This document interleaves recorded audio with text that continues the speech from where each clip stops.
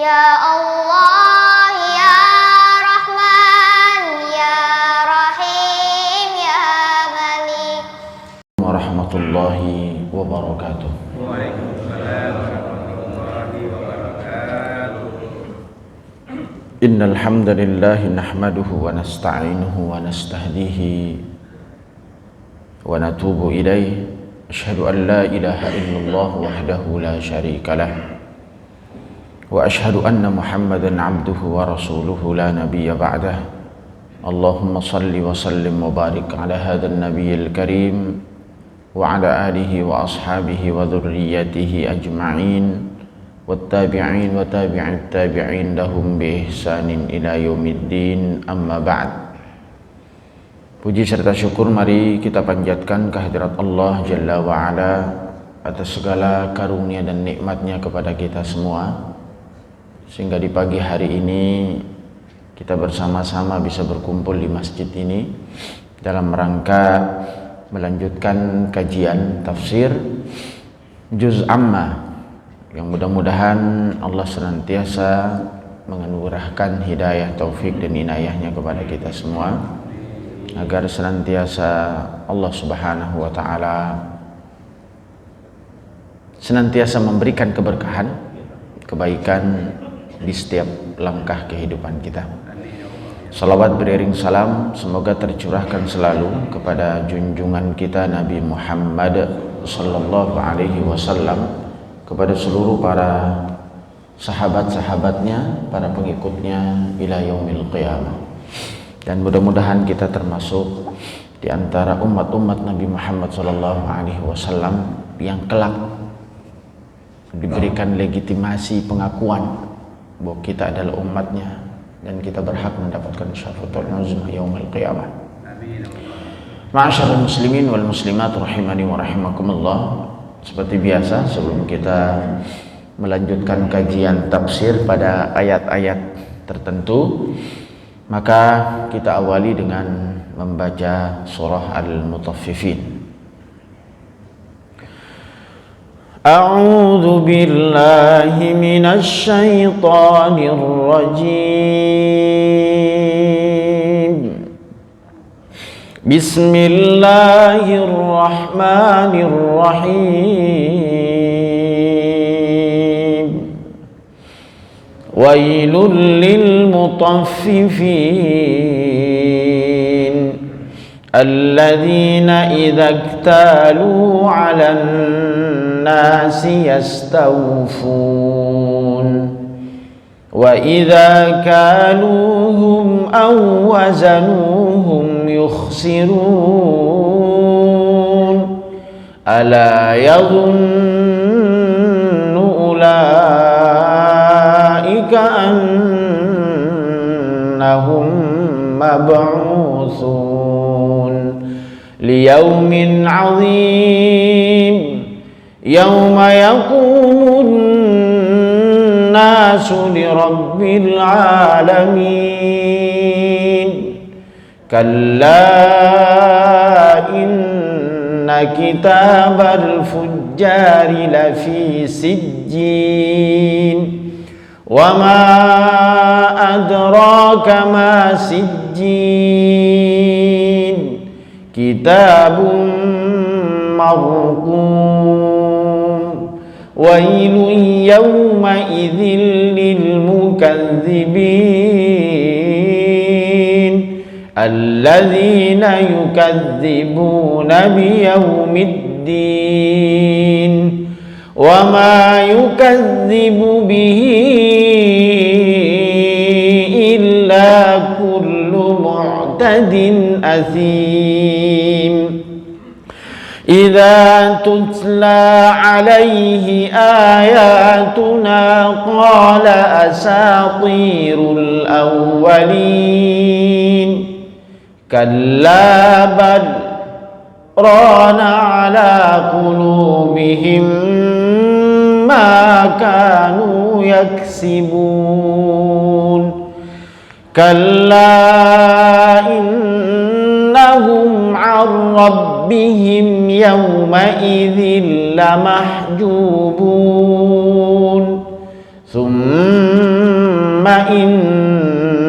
إنهم لصالو الجحيم ثم يقال هذا الذي كنتم به تكذبون كلا إن كتاب الأبرار لفي عليين وما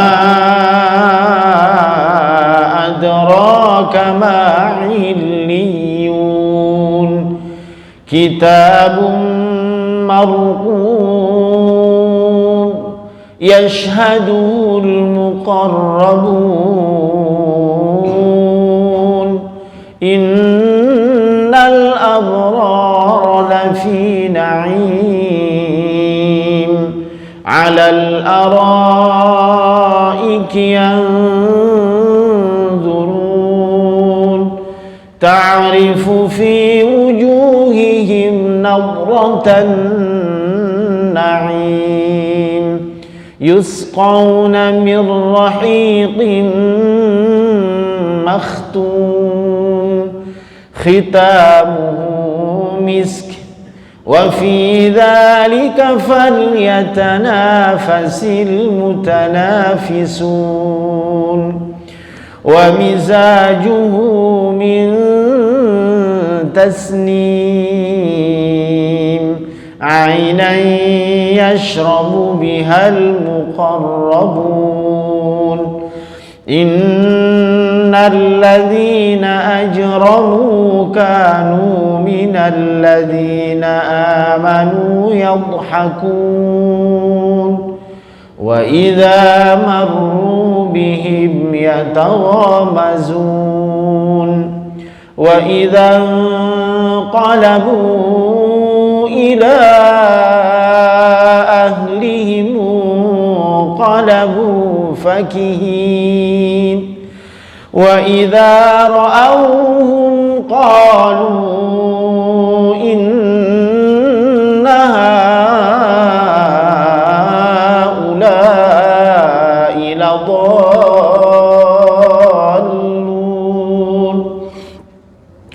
وما أرسلوا عليهم حافظين فاليوم الذين آمنوا من الكفار يضحكون على الأرائك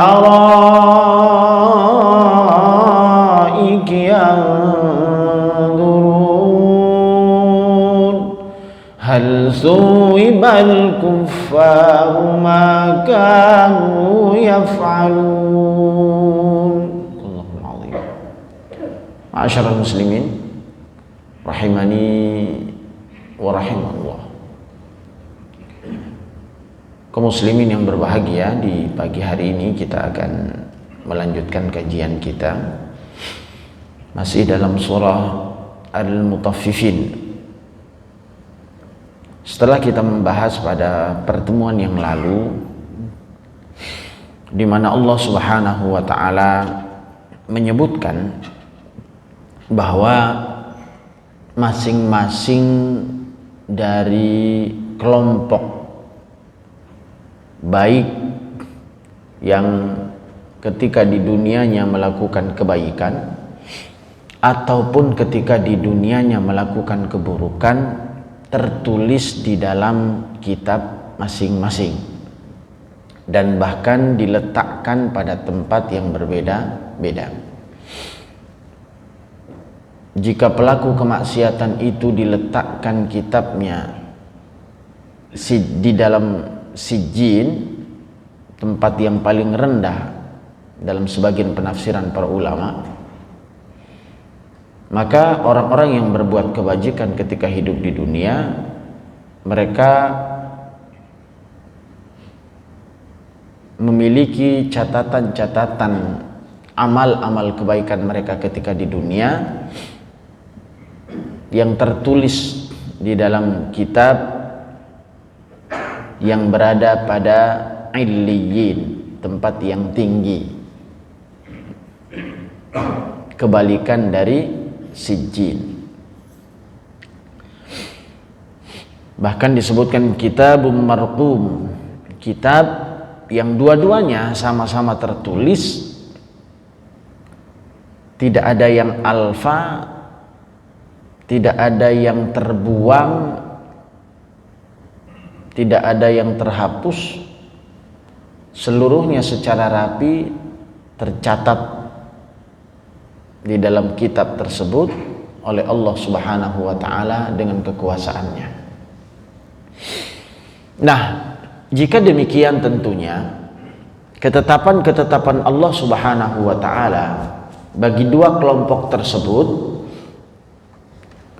itu sudah menjadi kepastian, kecuali jika Allah menghendaki lain, karena keputusan akhirat itu hanya tunggal, yaitu hanya milik Allah Subhanahu wa taala. Berbeda dengan kehidupan dunia yang kadang-kadang ketetapan kebijakan itu bisa berbeda-beda. Kadang bisa jadi dalam pandangan satu orang itu baik, bisa jadi dalam pandangan yang lain tidak baik. Itu dunia. Tapi nanti di akhirat nanti, hakim yang paling bijaksana,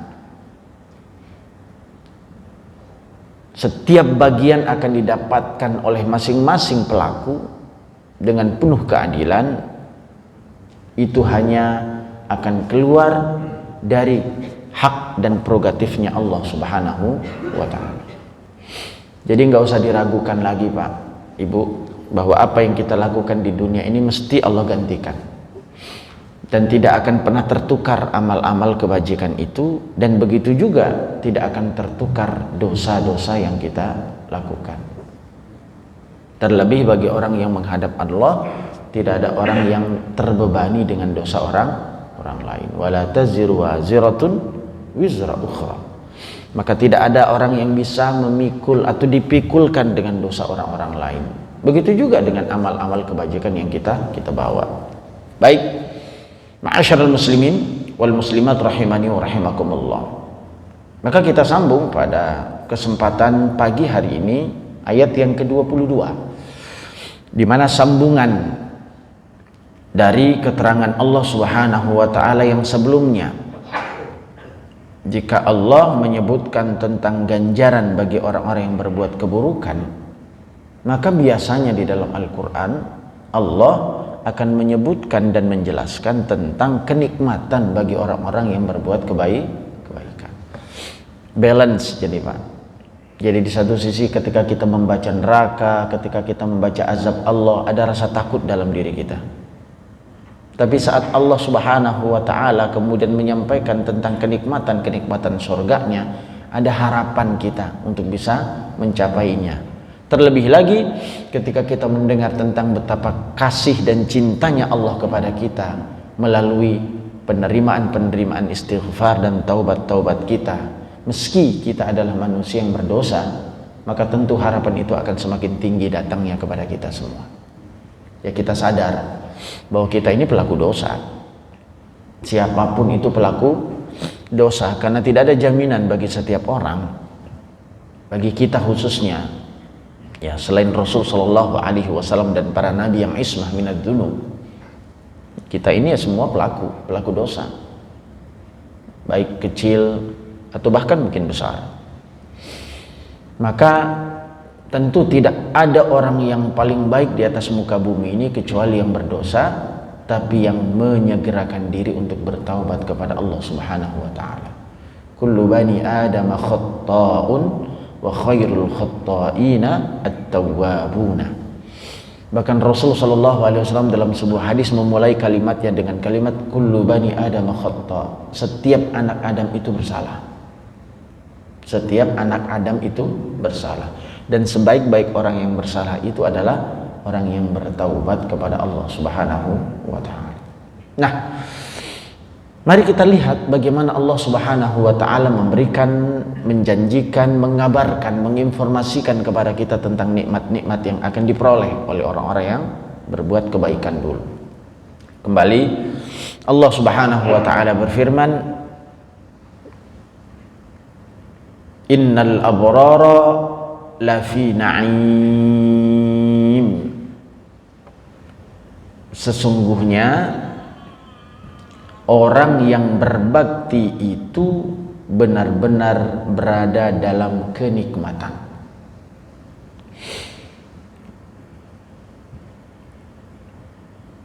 Kata-kata abrar di dalam Al-Quran adalah bentuk jamak dari kata-kata bar atau albirru atau bar.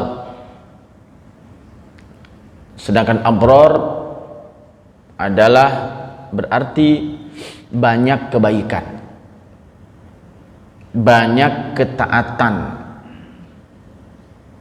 banyak berbuat baik, baik itu hubungannya dengan Allah maupun hubungannya terhadap hamba-hamba Allah Subhanahu wa ta'ala.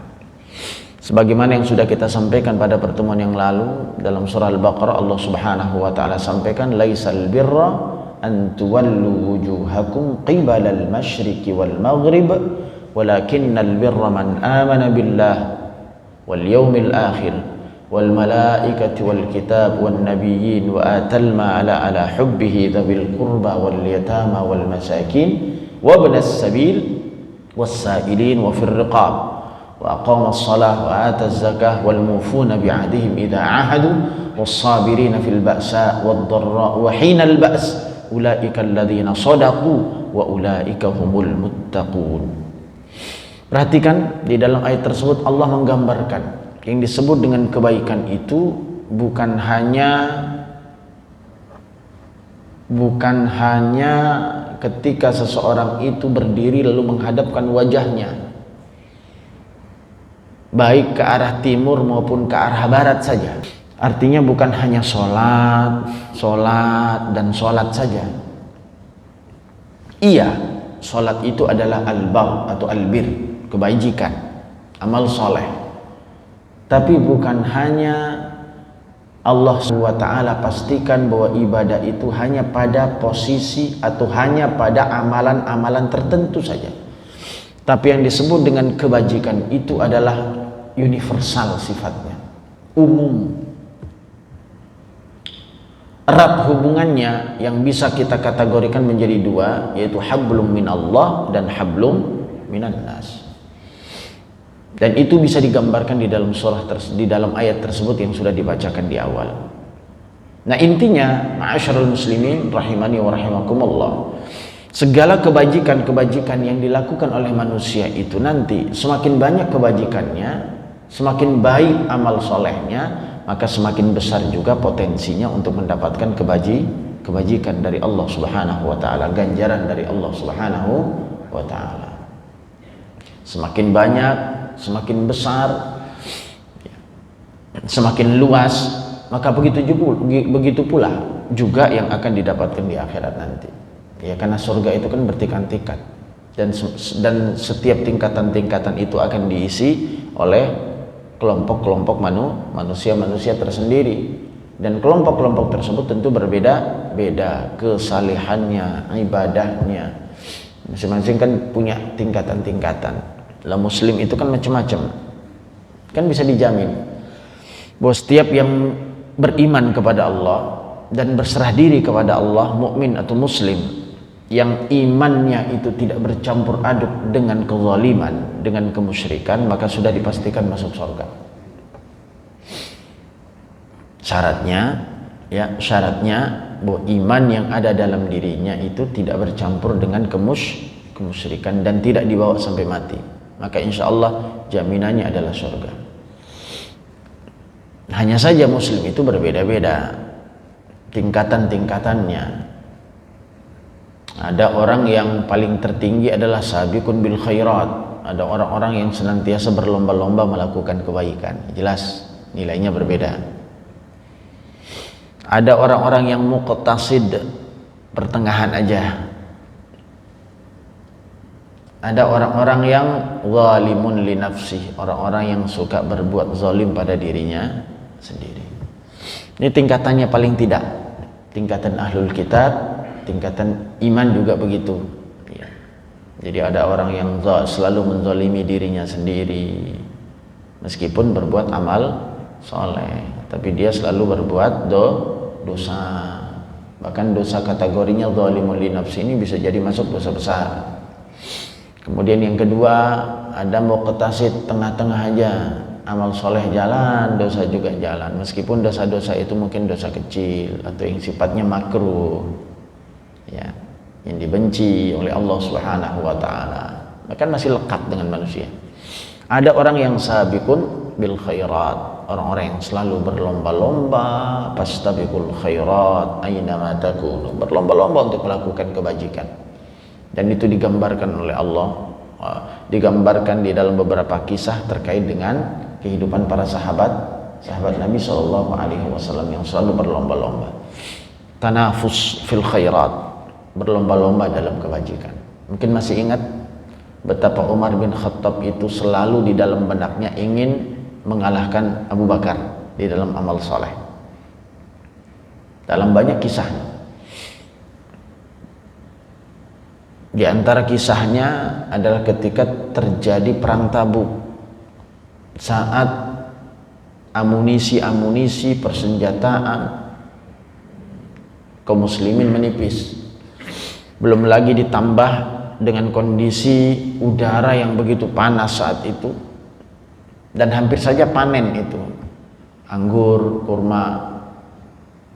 Maka Rasulullah SAW mengajak para sahabat untuk mengeluarkan harta-harta mereka untuk disumbangkan. Ada harapan Umar bin Khattab bisa memenangkan pertarungan di sini. Jadi pertarungan positif. Ya, boleh nggak bertarung dalam amal soleh? Kudu. Kalau bahasa kita mah kudu. Ya. Kalau amal soleh ayo. Yang penting bukan dengki, iri yang tidak mendatangkan keburukan. Kalau iri terhadap orang yang soleh boleh apa tidak?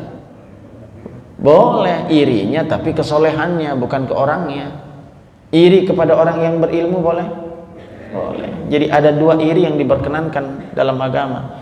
Iri kepada orang-orang yang memiliki harta yang banyak dan dengan harta itu dia berinfak di jalan Allah. Iri dengan orang-orang yang berilmu, yang dengan ilmunya bisa berbagi. Tuh. Tapi kalau iri terhadap harta karena ingin menguasai hartanya, itu namanya dengki. Dan dengki ini tidak diperkenankan oleh Allah Subhanahu wa taala.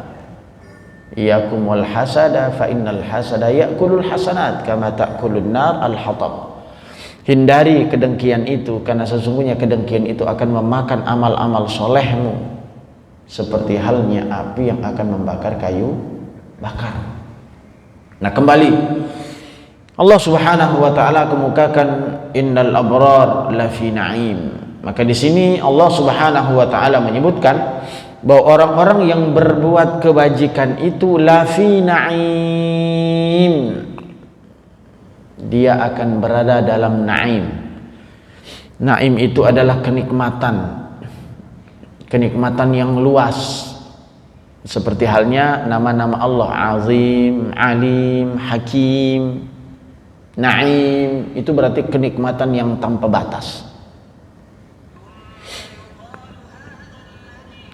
Dan kemudian yang digunakan itu adalah kalimat-kalimatnya itu nakirah, bukan ma'rifah. Nakirah, bukan ma'rifah. Artinya kalau nakirah itu enggak terbatas jumlahnya. Kalau ma'rifah itu kan bisa dihitung jumlahnya. Ya. Innamal usri yusra. Innamal usri yusra. Innamal usri yusra. Jadi yusrun nakirah, usrun ma'rifah. Jadi kalau kita dalam hidup itu mengalami kesulitan, maka percayalah bahwa kemudahan itu jauh lebih banyak dibandingkan kesulitan. Karena kesulitan itu dihimpit oleh karena kemudahan itu dihimpit oleh dua kesulitan. Ini dalam pandangan para ulama. Maka kenikmatan itu mencakup kenikmatan semuanya. Jadi kenikmatan yang Allah akan berikan kepada orang-orang yang berbuat kebajikan itu tanpa batas. Kenikmatan ruhani, kenikmatan jismani. Ya. Di mana itu? nanti di hari kiamat, ketika manusia sudah ditetapkan harus masuk ke dalam neraka atau harus masuk ke dalam surga. Bagi orang-orang yang masuk ke dalam surga, inilah janji Allah, innal abrara lafi na'im. Sesungguhnya mereka itu akan mendapatkan kenikmatan. Dan kenikmatan seperti apa? Kenikmatan yang tiada tara, yang tidak pernah sama dengan kenikmatan yang dirasakan di dunia. Seindah apapun kehidupan dunia itu tidak akan pernah, jangankan sama, menyerupainya pun tidak. Maka Allah tegaskan dengan kalimat lafi. Lafi, la itu lam qasam. Lafi, pasti di dalam, naim ditambah lagi dengan keterangan naim, kenikmatan. Kenikmatan yang tentunya ya, kenikmatan semuanya, kenikmatan badan, ya kenikmatan hati. Ada enggak di dunia itu orang yang mendapatkan dua kenikmatan itu? Ada kenikmatan hati, ada kenikmatan badan. Jarang bisa ada sama, bersamaan. Bapak-bapak sayang istri, itu sayang lah pastilah. Tapi bapak pernah kecewa nggak? Sering. Pernah gitu. Pertanyaannya bukan sering apa tidak, pernah apa tidak? Pernah. Jangan sering. Jadi istri juga sama, sayang nggak dengan suami? Pasti. Bahkan kalau bisa hidup semati. Tapi pernah kecewa nggak? Pernah. Sering. Bahkan sedang. Artinya seindah apapun kehidupan kita mesti ada kekecewaan. Nggak ada yang enggak. Oh, istri saya cantik, ada kekurangan ya nggak? Pasti. Wajahnya iya, cakep, cantik, tidurnya ngorok, bisa jadi. Itu punya kekurangan masih sendiri-sendiri. Nggak ada orang yang sempurna di dunia, maka kenikmatan apapun yang dirasakan di dunia itu mesti kurang. Mesti kurang. Hatta urusan fisik saja nanti kekuatan Allah berikan. Sampai kemudian Allah katakan dalam surah Az-Zukhruf ayat 71 kan. Wa fiha ma tashtahil anfus.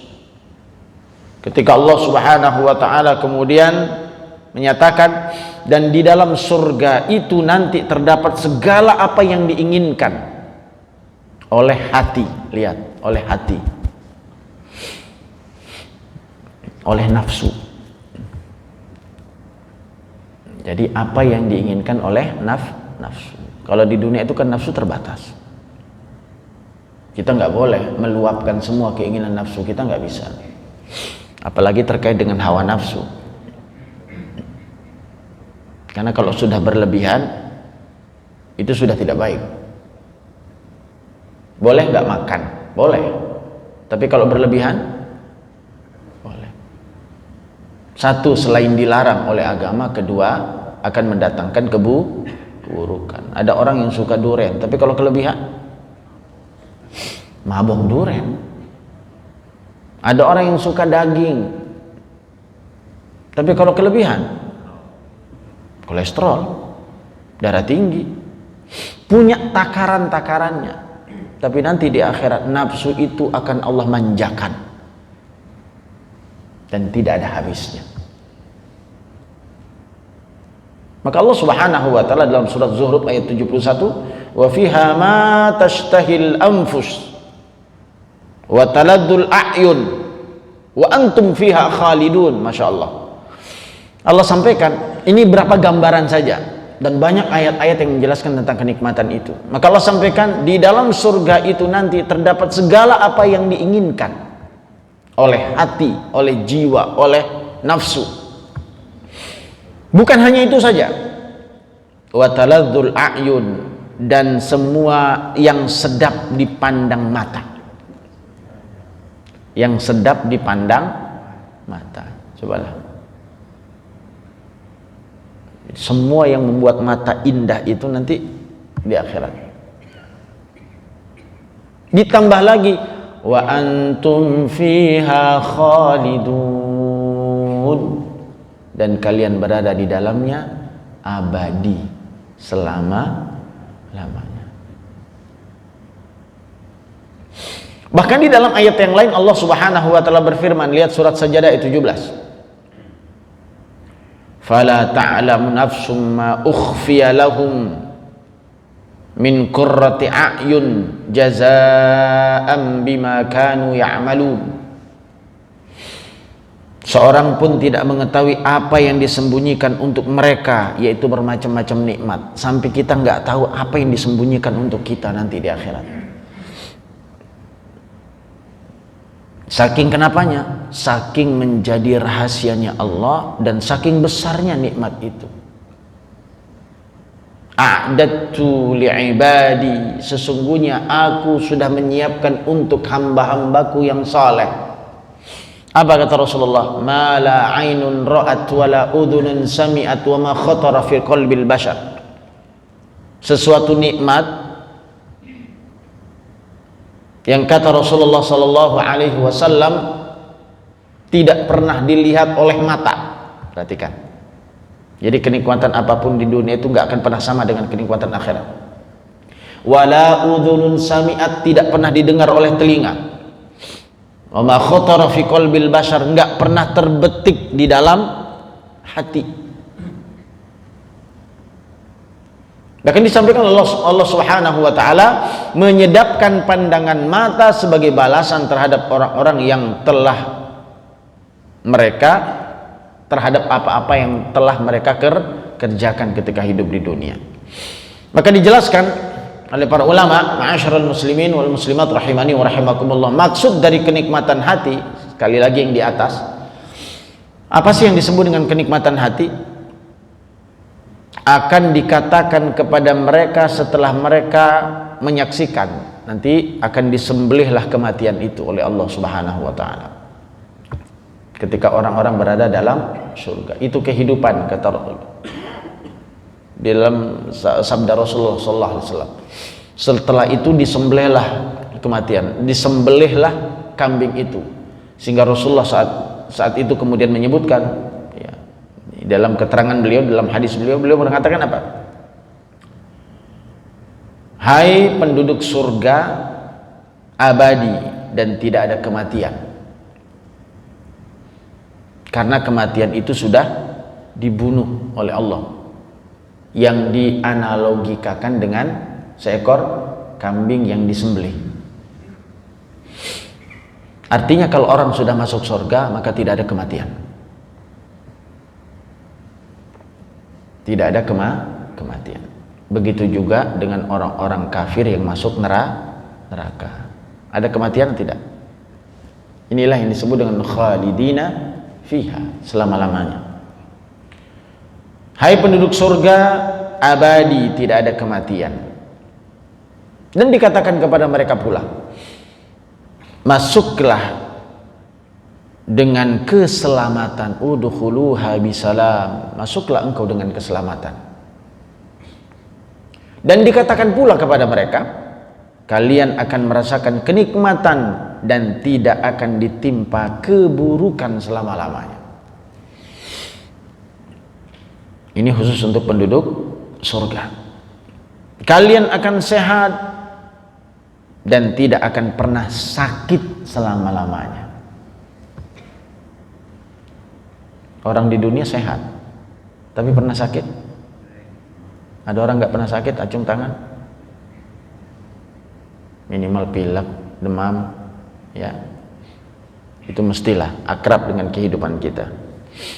Apalagi hidup ini erat dengan perjuangan, kan. Cari rizki ya perjuangan, beribadah ya juga perjuangan, semuanya perjuangan. Yang nggak berjuang saja mumet kok. Yang nggak berjuang aja mumet, karena bingung harus berjuang bagaimana. Mumet nggak? Pusing juga. Nggak ada kerjaan, pusing nggak? Ada kerjaan? Ya pusing juga. Ya dunia ya begitu ya. Maka dikatakan tidak akan pernah sakit selamanya. Ini nada mudadi, jadi diserukan nanti kepada penduduk surga. Kalian akan senantiasa awet muda dan tidak akan menua selama-lamanya. Masya Allah. Nggak apa-apa di dunia menua, ya. Dengan seluruh amal-amal kita lelah dan capek, itu konsekuensi dari pilihan kita. Kalau kita sudah menyatakan diri beriman kepada Allah, maka tidak lain kecuali harus ditanamkan ketaatan dan kepatuhan terhadap perintahnya. Berat. Tidak ringan untuk menjadi hamba Allah itu.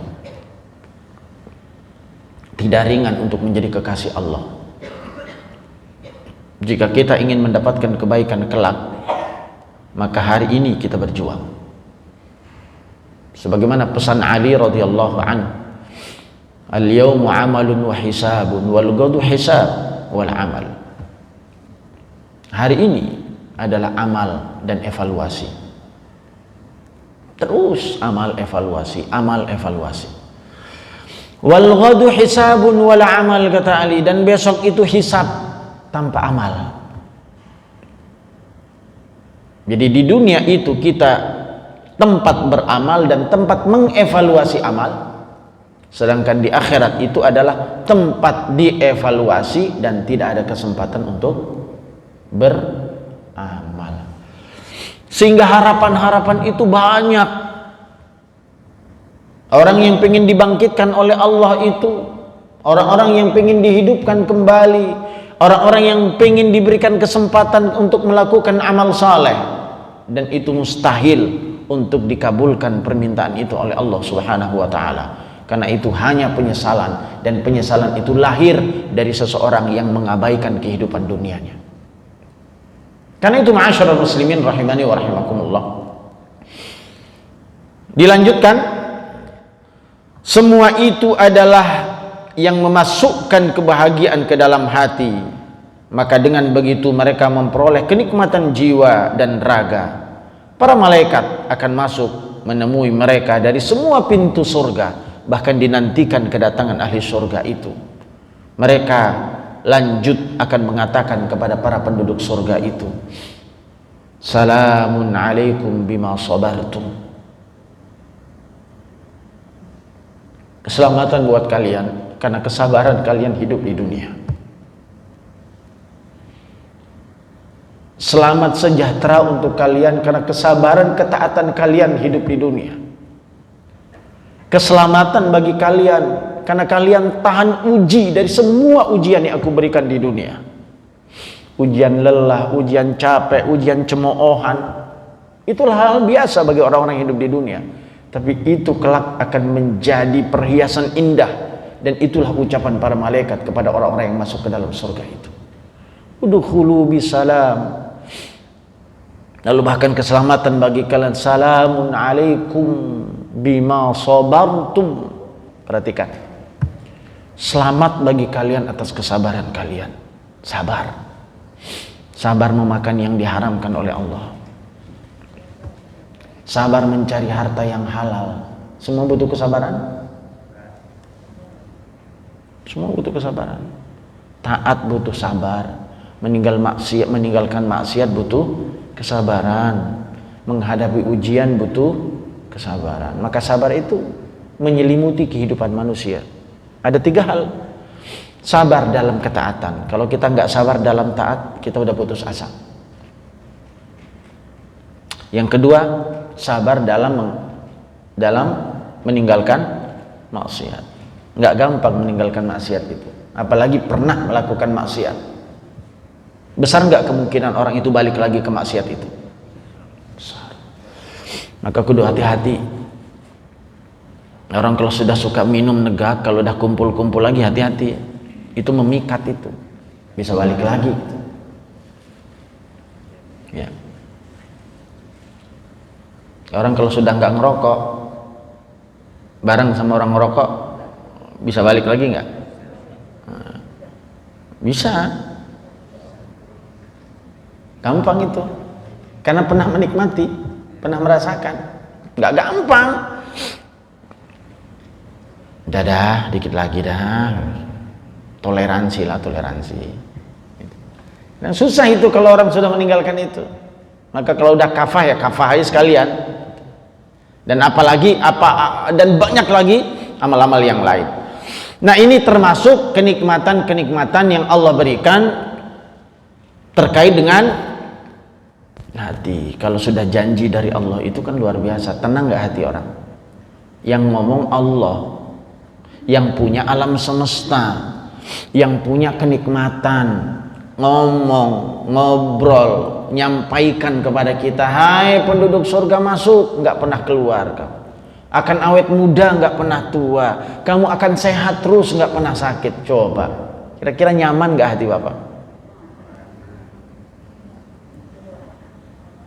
Masuk ke kantor kerja, lalu kata direkturnya, kamu masuk di sini bakal digaji.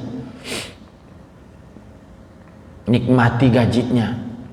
Kamu nggak akan pernah dipecat. Bahkan kalau bisa akan dinaikin tingkat kerjaanmu. Itu kan? Ada jaminan. Biasanya kan manusia kalau sudah ada jaminan kan nyaman hidupnya.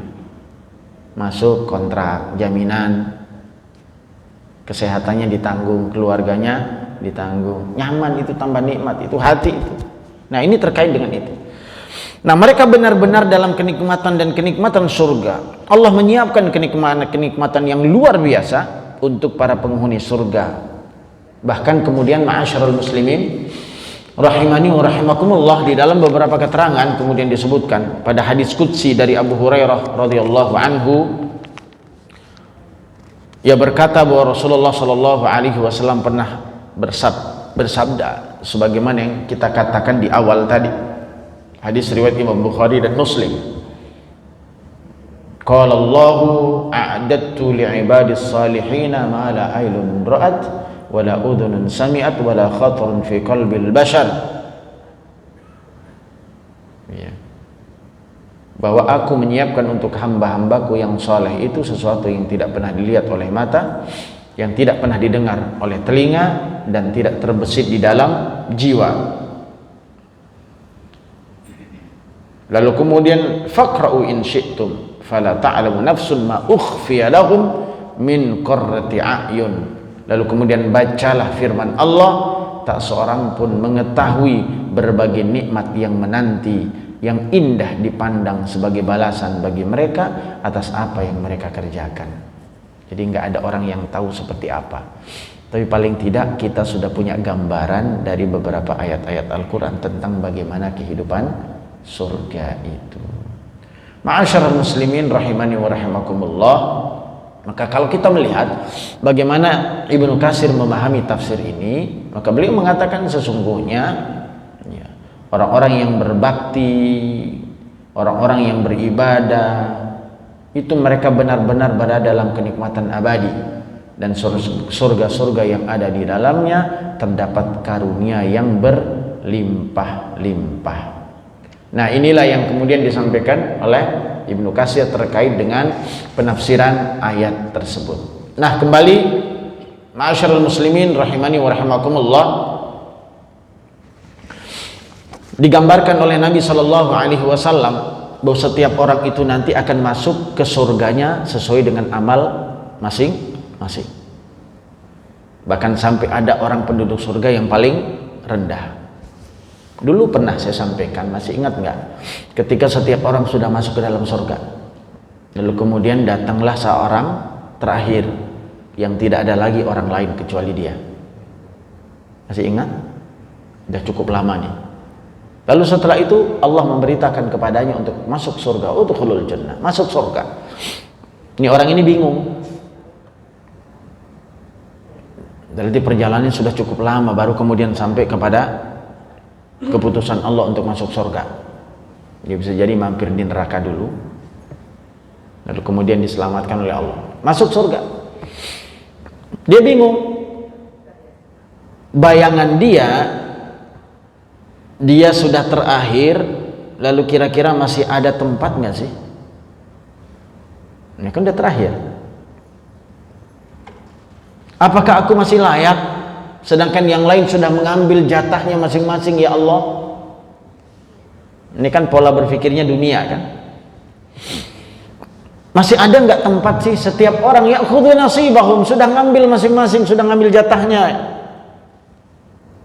Lalu kata Allah, maukah aku berikan kepada engkau kenikmatan seperti kenikmatan rajanya dunia, dan aku lipat gandakan 5 kali lipat lebih dari itu.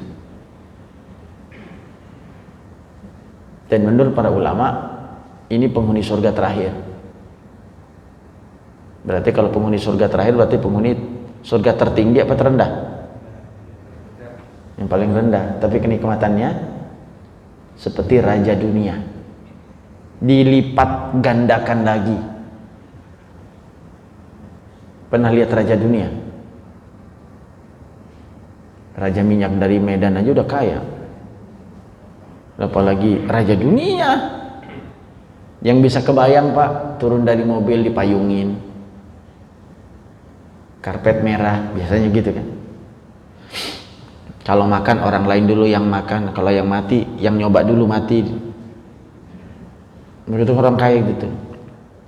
Kalau tidur tinggal duduk, tinggal kalau pengen tinggal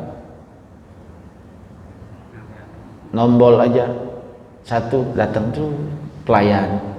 Bayang, itu kenikmatan raja dunia, dilipat gandakan. Ini yang terakhir. Maka lihat, kata Rasulullah SAW dalam sebuah hadis yang lain disebutkan, ya, inna adna ahlal jannah, sesungguhnya ahli surga yang paling rendah kedudukannya. Apa beliau katakan? Ialah seperti seseorang yang memerlukan waktu 2000 tahun untuk melihat semua bagian kerajaannya. Dia butuh batu berapa tahun? 2000 tahun untuk melihat semua bagian kerajaannya. Kira-kira luasnya itu. Bapak kalau keliling rumah berapa hari? Keliling rumah berapa menit ya? Atau berapa detik? 2000 tahun dia butuh waktu untuk mengitari rumahnya sampai semua kekuasaannya dia bisa lihat. Dan dia dapat menyaksikan bagian yang terdekatnya, sama dengan melihat ke bagian yang terdekatnya. Dan sesungguhnya ahli surga yang paling tinggi, bedanya kedudukannya adalah bagi orang yang dapat memandang kepada Allah sebanyak 2 kali dalam seharinya, pagi petang, pagi petang. Jadi yang terendah saja seperti itu, apalagi yang paling tinggi. Dan yang paling tinggi lagi adalah kenikmatan untuk bisa melihat wajah Allah Subhanahu wa ta'ala. Nah, karena itu ma'asyarul muslimin, dalam Al-Quran gambaran-gambaran naim, gambaran-gambaran surga, kenikmatan dunia itu banyak dicantumkan di dalam Al-Quran. Secara singkat saya akan sampaikan, karena mungkin hari ini kita hanya 1 ayat, di mana Allah Subhanahu wa ta'ala kemudian menyampaikan dalam surat Taubah misalkan, ketika Allah, artinya Tuhan mereka menggembirakan mereka dengan memberikan rahmat kepadanya, keridhaan dan surga. Mereka memperoleh kesenangan yang kekal di dalamnya. Yang pertama. Kemudian selanjutnya ada beberapa gambaran kehidupan. Surga adalah kehidupan yang aman. Ini semua saya campur, baik kenikmatan hati meskipun ataupun kenikmatan badan, tubuh. Ya, kalau kenikmatan tubuh jangan ragukan lagi Pak, betapa orang laki-laki itu memiliki kekuatan yang luar biasa yang tidak pernah dimiliki di dunia. Ya. Maka yang pertama, surga adalah kehidupan yang aman dan kita kekal tidak pernah mati di dalamnya. Lihat surah Ad-Dukhan ayat 51 sampai dengan ayat 57. Saya tidak akan bacakan karena waktu kita yang sudah singkat. Nanti bisa dibuka surat Ad-Dukhan ayat 51 sampai 57. Itu terkait dengan di mana Allah menyatakan surga adalah kehidupan yang aman, tentram, tidak ada kesedihan, tidak ada sakit, macam-macam. Yang kedua, hidup di surga itu damai, tidak ada perselisihan dan pertentangan. Gak ada Pak, perselisihan, pertentangan, kemudian saling gontok-gontokan, saling ngambil lapak. Masing-masing udah punya hidup di dunia itu. Maka nanti lihat surat Al-Hijr ayat 45 sampai 48. Penduduk surga hidup dengan segala keindahan-keindahannya, dengan kemewahan-kemewahan dan segala perhiasan yang tidak pernah dirasakan di dunia ini. Lihat dalam surah Al-Kahfi ayat 30 sampai dengan 31. Kemudian orang-orang yang berada di surga nanti akan memperoleh rizki yang tidak pernah ada habis-habisnya.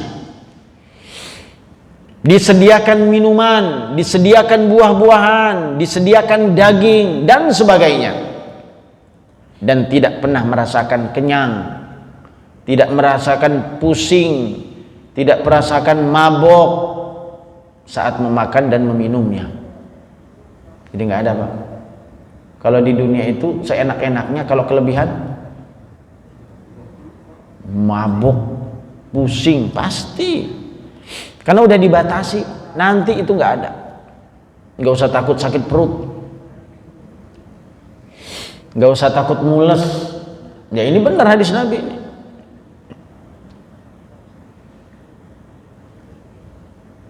Karena kalau orang kenyang itu bukan keluar pupnya, bukan pengen kencing, bukan pengen buang air besar, enggak. Keluar keringat, dan keringat itu baunya misk, harum semerbak. Dan itu terus, maka tidak akan pernah kenyang. Manusia itu tidak pernah mabok makanan, makan terus dah. Emang kerjaan kita mau kenikmatan. Tuh lihat, perhatikan Pak. Jadi nanti di akhirat itu sudah nggak ada lagi kesulitan seperti sekarang. Ibadah, berdiri ngaji dan lain sebagainya, itu semua dunia. Di akhirat itu tinggal menikmatinya saja. Tidak ada kalimat di dalam Al-Quran kecuali kalimat yang baik, pujian kepada Allah. Alhamdulillah ala ni'matihi. Terima kasih Allah, segala puji atas nikmat-nikmat Allah. Nanti bisa lihat dalam surat Shad ayat 49 sampai ayat 54. Kemudian berikutnya,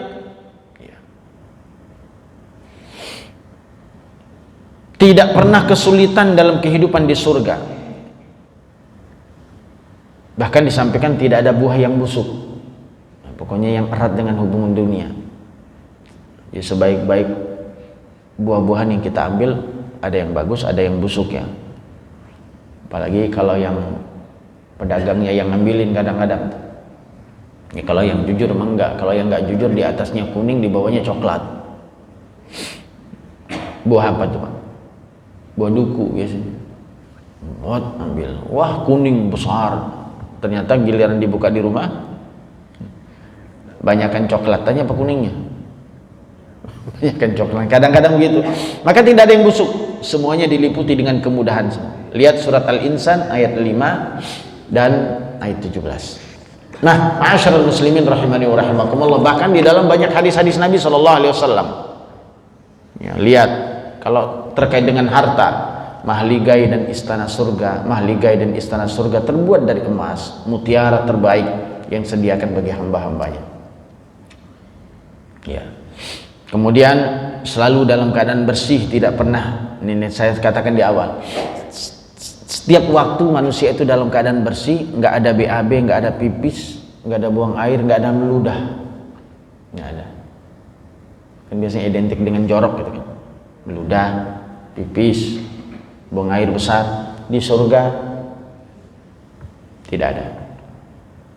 Lihat hadis riwayat Imam Muslim ya, dan banyak lagi hadis-hadis yang lain. Dan mendapatkan kenikmatan untuk berhubungan intim tiada tara. Wanita selalu perawan dan yang pria selalu perkasa.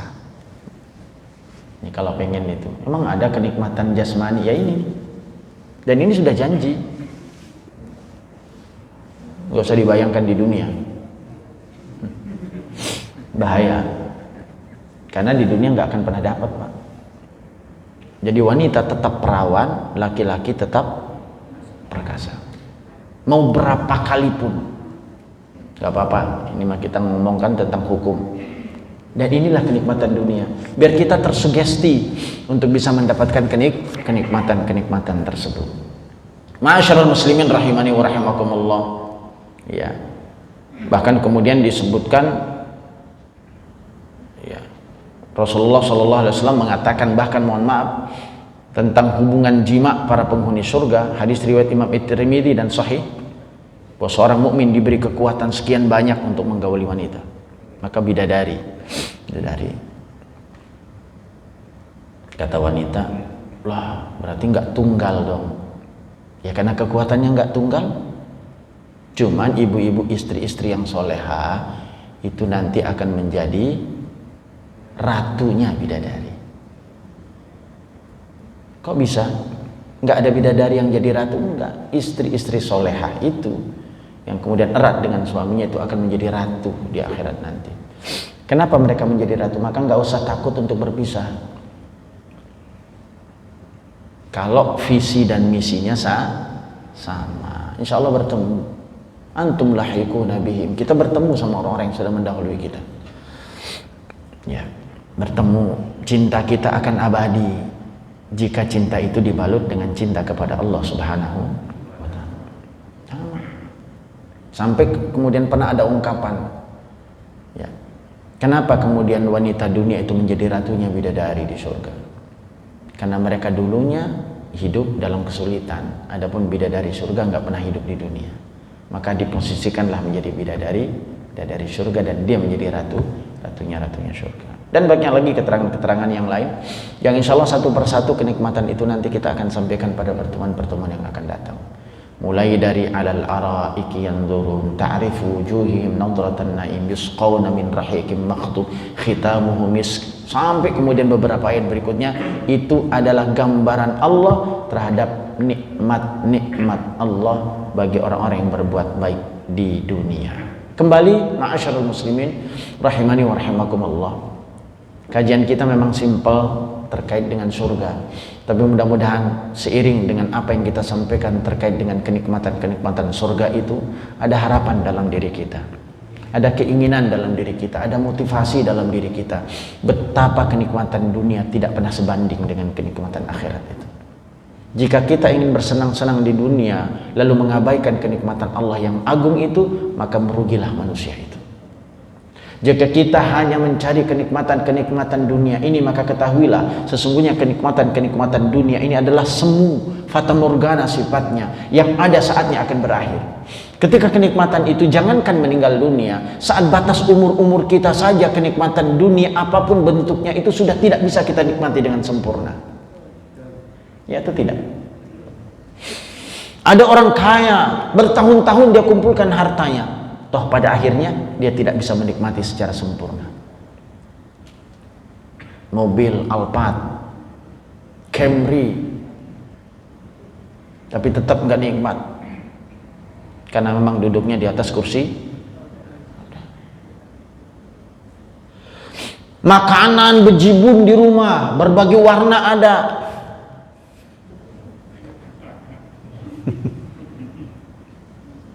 Tapi ternyata kalau sudah kolesterol, apa boleh buat, hanya bisa memandang dengan indah saja. Si kuning menggiurkan, si merah, nasi selembut apapun, tetap Pak, bagi orang yang sudah punya gula itu dibatasi sejumput. Minumnya berapa mili saja, nggak boleh lebih dari itu. Orang yang sudah cuci darah terbatas apa tidak? Banyakkan air kembung, kekurangan air dehidrasi, serba salah. Maka kembali kita sampaikan, usikum wa iyaya nafsi. Maka ketika kita jangan pernah mengorbankan kehidupan abadi dengan kehidupan yang sementara. Mari kita berupaya dengan sekuat tenaga untuk melakukan apapun ketaatan kepada Allah dengan penuh kesabaran. Yakinlah di balik kesabaran yang ada dalam diri kita dalam beribadah, maka Allah siapkan keselamatan abadi yang tidak akan pernah habis untuk dinikmati. Mudah-mudahan pada kesempatan yang lain kita bisa duduk kembali dan melanjutkan gambaran-gambaran keindahan-keindahan surga sesuai dengan firman Allah Subhanahu wa taala di dalam surah Al-Mutaffifin. Terima kasih atas segala perhatiannya, mudah-mudahan bermanfaat. Subhanakallahumma wa bihamdik asyhadu an la ilaha illa anta astaghfiruka wa atubu ilaik. Wassalamu alaikum warahmatullahi wabarakatuh.